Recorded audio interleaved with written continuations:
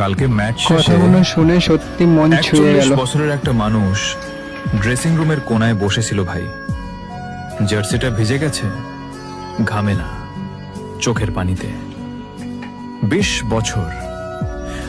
বছর ধরে দেশটারে কাঁধে নিয়ে দৌড়াচ্ছে।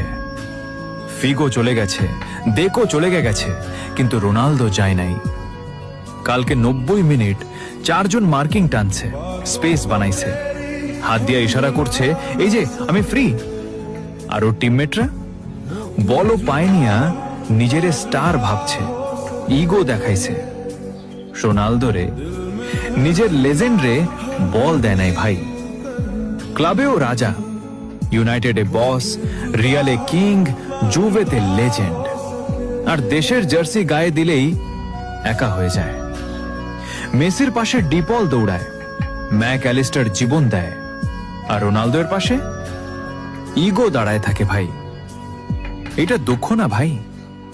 970-এর বেশি গোলের পরেও খালি লাগে যখন নিজের পোলারা সম্মান দেয় না।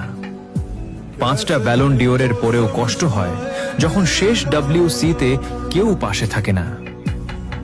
কালকে ম্যাচ শেষে রোনালদো বুঝে গেছে, ট্রফি হয়তো হবে না, কিন্তু ওর চেয়ে বড় কষ্ট নিজের দেশের প্লেয়াররা ওরে বুঝে নাই।